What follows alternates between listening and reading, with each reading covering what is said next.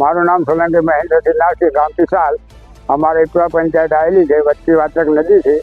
અમારે પંચાયત ઈપોડામાં, સેવા મંડળી ઈપોડામાં, દવાખાનું પણ મેઘરજમાં વચ્ચે નદી છે. તો અમારા ગમે તે કામ કરવું હોય, પંચાયતનું હોય, સેવા મંડળીનું હોય, તો અમારા માલપુર 40 કિલોમીટર ફરીને જવું પડે તો જ કામ થાય છે.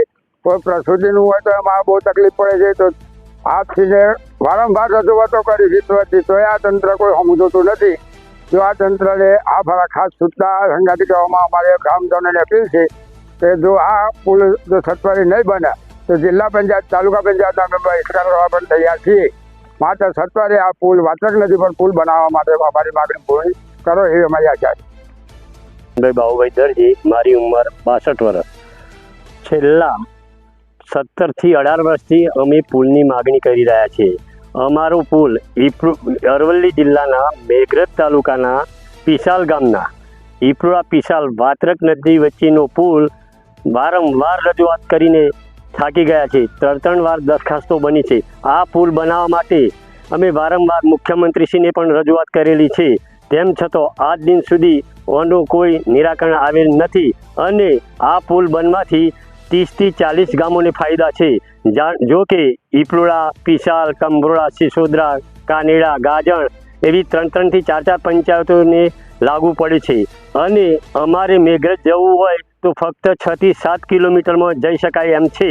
પણ અત્યારે ચોમાસા દરમિયાન અમારે 35 થી 40 કિલોમીટર ફરીને જવું પડે છે. તેમ છતાં અમે આજ દિન સુધી વારંવાર રજૂઆત કરી, આંદોલન કર્યો, તેમ છતાં આજ દિન સુધી કોઈ પુલનું નિરાકરણ થતું નહીં. અત્યારે ધારાસભ્ય પણ અમારા છે, જિલ્લા પ્રમુખ પણ અમારા છે, જિલ્લા સંગઠનના પ્રમુખ પણ અમારા છે, ડેલિકેટ પણ અમારી સીટના છે. અત્યારે તો ઘી કેળો અમારી સીટનો જ છે. તેમ છતાં અમારું કોઈ પણ સાંભળતું નથી. અમે થાકી ગયા છે. પંચાયતમાં જવું હોય તો પણ અમારું કોઈ નિરાકરણ થતું નથી.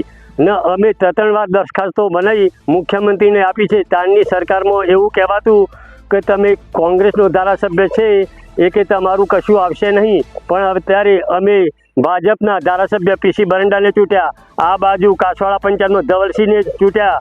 તેમ છતાં અમારા એરિયામાં 2 ધારાસભ્ય હોવા છતાં અમારા પુલનું કોઈ કામ થતું નથી. અને વારંવાર આશ્વાસન આપવામાં આવે છે કે આ બજેટમાં થઈ જશે, આ બજેટમાં થઈ જશે. કોણ ક્યારે થઈ જશે?